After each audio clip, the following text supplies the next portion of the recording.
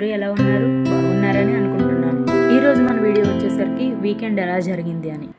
ఈరోజు సాటర్డే కదండి, అందుకని మార్నింగ్ లేచి డైలీ రొటీన్స్ అన్నీ కంప్లీట్ చేసేసుకొని పూజ ముగించేసుకున్నాను.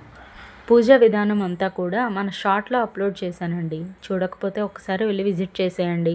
పూజ కంప్లీట్ అయిపోయింది, పిల్లలు ఇంకా లేగలేదు. సో కొద్దిగా గ్రీన్ టీ తాగి రిఫ్రెష్ అవుదామని కలుపుకుంటున్నాను. గ్రీన్ టీ డిప్ డైరెక్ట్గా వేడి నీటిలో వేసుకొని కొంతమందికి నచ్చుతుంది. నాకైతే ఒక లెమన్ స్క్వీజ్ చేసుకొని ఒక స్పూన్ హనీ కలుపుకుంటే టేస్ట్ చాలా నచ్చుతుంది. మన డైలీ లైఫ్లో డైలీ ఒక లెమన్ కన్జ్యూమ్ చేయడం చాలా మంచిదండి హెల్త్కి. మీరు బార్లీలో వేసుకోవచ్చు, లేదా డైరెక్ట్గా లెమన్ వాటర్ తాగొచ్చు, లేదా lemon tea, green tea, anything ఎలా నచ్చితే అలా తీసుకోవచ్చు. But 1 lemon intake per day is compulsory. ఇక్కడ నా టీ రెడీ అయిపోయింది. నేను టేబుల్ని క్లీన్ చేసేసి ఫ్రీగా కూర్చొని తాగుదామని హాల్లోకి వెళ్ళిపోయాను. క్లీనింగ్ అనేది వెంటనే చేసేసుకుంటే మనకి తొందరగా పనులు పూర్తవుతాయి. తర్వాత అన్నీ ఒకేసారి చేసుకోవాల్సిన బర్డెన్ ఉండదు. టీ కంప్లీట్ అయిపోయింది. Next routine. Washing machine load చేసేసరికి పిల్లలు కూడా లేచిపోయారండి. సో వాళ్ళని ఫ్రెష్ అవ్వమని చెప్పేసి నేను వాళ్ళకి ధూపం రెడీ చేస్తున్నాను. పిల్లలకి ధూపం ఏంటనుకుంటున్నారా? సాటర్డే కదండి, హెడ్ బాత్ చేస్తారు కంపల్సరీ. సో మంత్లీ ఒక్కసారైనా కూడా హెయిర్కి ధూపం వేసుకుంటే హెయిర్ చాలా బాగుంటుంది. ధూపానికి నిప్పులు రాజుకునే లోపు మనం ఇంకో పని కూడా చేసుకోవచ్చు కదా. ఇలా సైమల్టేనియస్గా పనులు చేసుకోవడం వల్ల తక్కువ టైంలో ఎక్కువ పనులు పూర్తవుతాయి. ఇక్కడ నేను కోకోనట్ చిన్న ముక్కలుగా కట్ చేస్తాను. కొబ్బరి చెక్కి చేద్దామని చాలా సన్నగా ముక్కలు తరిగానండి. ఎంత సన్నగా చేశానంటే ముక్కలు చూడండి ఇలా ఉన్నాయి. కానీ అది తర్వాత కొబ్బరి చెక్కి అవ్వలేదు, చట్నీ అయ్యింది.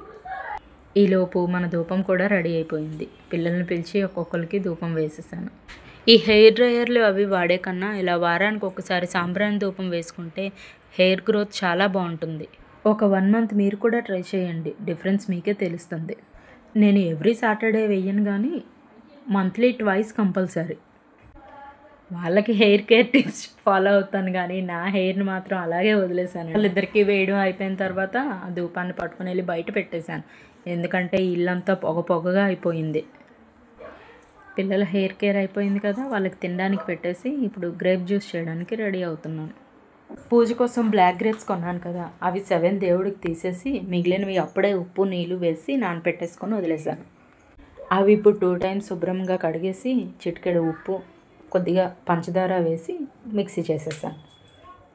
జ్యూస్ అయిపోయింది. స్ట్రైనర్లో నుండి స్ట్రైన్ చేసేసి జ్యూస్ జార్ కడిగేసి పక్కన పెట్టేసుకున్నాను. వెంటనే కడిగేసుకుంటే గిన్నెలు కూడా తక్కువ అవుతాయి కదండి తోముకోవడానికి. సర్వింగ్ కోసం ఒక గ్లాస్ తీసేసుకొని సర్వ్ చేసేసాను. సర్వ్ చేసిన జ్యూస్ ఎవరికి అనుకుంటున్నారా? మీరే చూడండి. అదేనండి, వాళ్ళ డాడీ ఇప్పుడే వచ్చారు. ఈరోజు ఈవెంట్ ఉంది. మార్నింగ్ 5:30కి వెళ్ళి ఇప్పుడే 11 అవుతుంది, ఇప్పుడు వచ్చారు.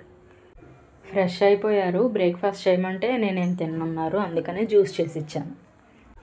గీతికను వాళ్ళ డాడీ టీవీ చూస్తున్నారు. ఇక్కడ చందన ఏదో చేసేస్తుంది. ఏం చేస్తుంది? యాపిల్ కట్ చేసుకుంటుంది. మీకు కూడా చూపించింది చూడండి. ఈలోపు మనం దేవుడికి పెట్టుకున్న చలిమిడి దీపాలు ఘనమైపోయాయి. సో వాటిని తీసేసి ఉదయం అన్నం వార్చిన గంజి ఉంది కదండి, అందులో కలిపేసి ఆవుకు పెట్టడానికి పట్టుకెళ్తున్నాను. వినాయకునికి నైవేద్యంగా పెట్టిన బెల్లం కూడా ఉంది. అండ్ ఇక్కడ నేను నిన్న అరటిపళ్ళు కొనేటప్పుడు చూసుకోలేదు, అందులో కవలోల పండు వచ్చింది. అది కూడా ఇందులోనే యాడ్ చేసేసి ఆవుకు పెట్టడానికి గీతికతో పంపిస్తున్నా. ఈలోపు మనం జ్యూస్ తాగిన గ్లాసెస్ అండ్ లెమన్ టీ తాగిన గ్లాసెస్ ఇవన్నీ గాజు కదండి, అలాగే వదిలేస్తే పని వాళ్ళు ఉంచుతారా? టప్పా విరగొట్టేస్తారు. సో అవన్నీ నేనే కడిగేసి బయట స్ట్రైనర్లో పెట్టేస్తున్నాను. అవన్నీ స్టాండ్లో పెట్టేసి ఈరోజు ఫాస్టింగ్ కదా, ఈవినింగ్ కోసం ఇడ్లీ పిండి రెడీ చేసుకోవాలి. సో ఇక్కడ మిల్లెట్ ఇడ్లీ రెడీ చేస్తున్నాను. అందులోనే కొద్దిగా అల్లం పచ్చిమిర్చి కూడా యాడ్ చేసుకున్నాను. మీకు ఈ మిల్లెట్ ఇడ్లీ మిక్స్ రెసిపీ కావాలనుకుంటే కామెంట్ చేయండి. టేస్ట్ కూడా సూపర్గా ఉంటుంది. ఒక్కసారి తిన్నారంటే మళ్ళీ కావాలనిపిస్తుంది. తినడానికి ఏమీ డిఫరెంట్గా ఉండదు, మన రెగ్యులర్ ఇడ్లీలానే ఉంటుంది. ఐ మీన్ టేస్ట్ డిఫరెంట్గా ఉంటుంది, కానీ పంటికి అంటుకోవడం అలాంటివి ఏమీ ఉండదు. ఇడ్లీ మిక్సీకి కావాల్సినవన్నీ రెడీ చేసేసుకొని ఆ పప్పులు అన్నీ తీసిన చోట పెట్టేస్తున్నాను. చెప్పాను కదండి, నాకు వెంటనే అన్నీ చేసుకోవడం అలవాటు. లేదంటే అన్నీ ఒకేసారి గుంపులుగా ఉంటే నేనైతే చేయలేను. పప్పులన్నీ నానబెట్టేసి ఓ పక్కన పెట్టేసి టేబుల్ క్లీన్ చేసుకుంటున్నాను. మార్నింగ్ పాలు మరబెట్టేసి వదిలేసాను, అవన్నీ బౌల్లోకి వేసుకొని పెరుగు తోడు పెడుతున్నాను. అండ్ మార్నింగ్ కట్ చేసిన కోకోనట్ ఉంది కదండి, అది కోకోనట్ చక్కీ చేద్దామంటే పిల్లలు వద్దన్నారు. సో ఈవినింగ్ చట్నీ కోసం యూస్ చేసేసాను. అవి కూడా బాక్స్లో వేసేసుకొని ఫ్రిడ్జ్లో పెట్టేసుకున్నాను. ఇక్కడ చెప్పడం మర్చిపోయాను, 2 ఎండుమిరపకాయలు వేయండి. ఎందులో? పల్లి చట్నీలో కాదు, పెరుగు తోడు పెట్టిన దాంట్లో. ఎందుకంటే పెరుగు గడ్డలా వస్తుంది, చాలా టేస్ట్గా కూడా ఉంటుంది. ఓకే, కిచెన్లో వర్క్ అంతా అయిపోయిందండి. ఇంకా మార్నింగ్ సాంబార్ను పొటాటో ఫ్రై చేశాను, అవి కూడా టేబుల్ మీద సర్దేస్తున్నాను. ఇక కిచెన్లో వర్క్ అంతా కంప్లీట్ చేసుకొని హాల్లోకి వెళ్ళి రిలాక్స్డ్గా కూర్చుందాం అనుకుంటున్నాను. నిద్రపోకూడదు, ఫాస్టింగ్ కదా, అందుకని ఏదో ఒక పని పెట్టుకుంటూనే ఉంటాను. సో అన్నీ డైనింగ్ టేబుల్ మీదకి వచ్చేసాయి, కిచెన్ కూడా క్లీన్ అయిపోయింది. ఇప్పుడు నేను హాల్లోకి వెళ్ళిపోతున్నాను. వీళ్ళిద్దరూ చాలాసేపటి నుండి కామ్గా ఉన్నారు. ఏం చేస్తున్నారా అనుకుంటే చూడండి, పిల్లోస్ అన్నీ కింద పడేసి నెయిల్ పాలిష్లు పెట్టుకుంటున్నారు. ఫ్యాన్ వేద్దాం అనుకుంటే అవి ఆరిపోతాయంట, వేయనివ్వట్లేదు. కానీ మనం ఇంత కష్టపడి వచ్చాము, ఇప్పుడు ఫ్యాన్లో కూర్చోపోతే మనం అస్సలు ఉండలేం. చందు చూడండి ఏం చేస్తుంది, నెయిల్ పాలిష్ పెట్టుకొని మళ్ళీ దాన్ని పీకేసి మళ్ళీ పెట్టుకుంటుంది. గీతిక ఏం చేస్తుందో. నేనైతే ఈలోపు ఫ్యాన్ వేసేసుకొని చక్కగా కూర్చొని వాళ్ళు శతమానం భవతి మూవీ పెట్టి వాళ్ళ పని వాళ్ళు చేసుకుంటున్నారు. సరే పెట్టారు కదా అని నేను కాసేపు కూర్చొని చూశాను. ఇవన్నీ అయ్యేసరికి ఈవినింగ్ 4 అయ్యింది. ఈలోపు ఇడ్లీ పిండి కూడా నానిపోయింది బాగా. సో అది ఎంతవరకు నానిందో ఒకసారి చూద్దాం. పప్పులకి మనం సరిపడా నీళ్లు వేసుకుంటేనే ఇలా వస్తుంది, లేదంటే వాటర్ ఎక్కువైపోయింది అనుకోండి, ఆ వాటర్ని పడేయలేము కదా. ఎందుకంటే ఇందులో ఓట్స్ కూడా వేస్తున్నాం, ఆ వాటర్ అంతా పడేస్తే ఓట్స్లో ఉన్నదంతా పోతుంది. సో ఈ పప్పులన్నీ కలిపి కొద్దిగా మిక్సీ చేసేసుకున్నాను. అందులో కొద్దిగా ఉప్పు కూడా వేసి మిక్సీ పెట్టేశాను. బ్యాటర్ మనకి రెగ్యులర్ ఇడ్లీ కన్సిస్టెన్సీ వస్తే సరిపోతుంది.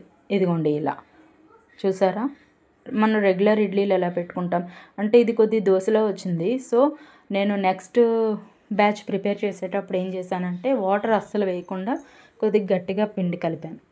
సో ఫైనల్లీ బ్యాటర్ అంతా కూడా ఇలా వచ్చింది. మనం ఒక్కసారి ఇలాగ టర్న్స్ తోటి చేసేసుకున్నాం అనుకోండి, ఇడ్లీ చాలా స్మూత్గా వస్తుంది. ఈలోపు మనం చట్నీ ప్రిపేర్ చేసుకుందాము. నేను ఆల్రెడీ పల్లీలు వేయించే పెట్టుకుంటాను ఎప్పుడు, ఎందుకంటే ఇన్స్టెంట్గా చట్నీకి యూజ్ అవుతాయి కదా. సో పల్లి, కొబ్బరికాయ, ఉప్పు, పచ్చిమిరపకాయ, అల్లం అన్నీ కలిపి మిక్సీ చేసేసి చట్నీ కూడా రెడీ అయిపోయింది. ఓకే, ఈవినింగ్ 6 అయిపోయింది. ఎలాగో ఒకసారి దీపం పెట్టేసుకొని నేను కూడా పెట్టేసుకొని తినేస్తున్నాను. నేను టిఫిన్ చేస్తుంటే వీళ్ళు ముగ్గురు ఏదో చేస్తున్నారు కిచెన్లో అని వెళ్ళాను. పెనం స్టవ్ మీద పెట్టి హీట్ ఎక్కక ముందనే దోశలు వేసేస్తున్నారు. అవి రావు కదా, ఆ దోశ రాదు. చందు ఏం తీసుకున్నావు? ఏంటి?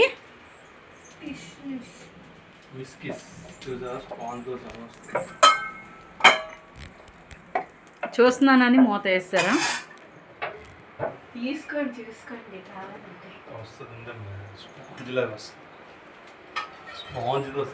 నేను వంట చేసినప్పుడు ఒక్కలన్నా వచ్చారే కిచెన్లోకి? వంట చేసినప్పుడు వస్తే మళ్ళీ బయట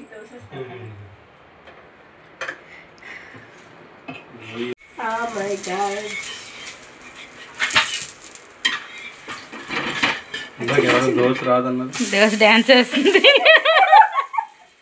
అయ్యో సైడ్ అయిపోయిందే.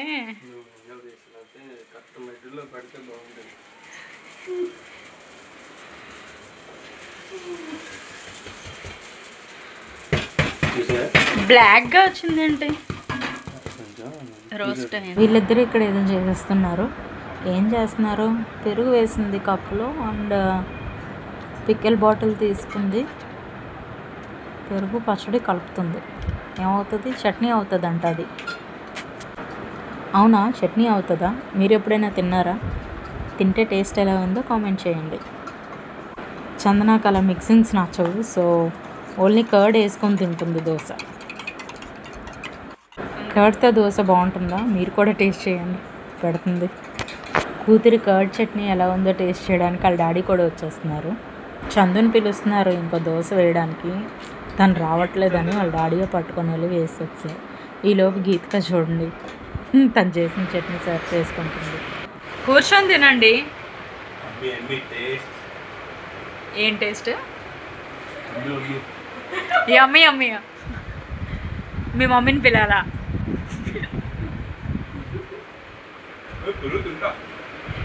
నువ్వే వేసుకున్నావే పెరుగా? ఇదండి ఈరోజు మనం వ్లాగ్. చూడండి కిచెన్ ఎంత నీట్గా పెట్టారో. ఇప్పుడు ఇదంతా క్లీన్ చేసుకునేసరికి నా పని అయిపోతుంది. మరి ఇంకా నేను క్లీనింగ్ సెక్షన్కి వెళ్తాను. మీరు మాత్రం మన ఛానల్ని సబ్స్క్రైబ్ చేసుకోవడం మర్చిపోకండి. ఈ వీడియో మీకు నచ్చినట్లయితే లైక్, షేర్ అండ్ సబ్స్క్రైబ్.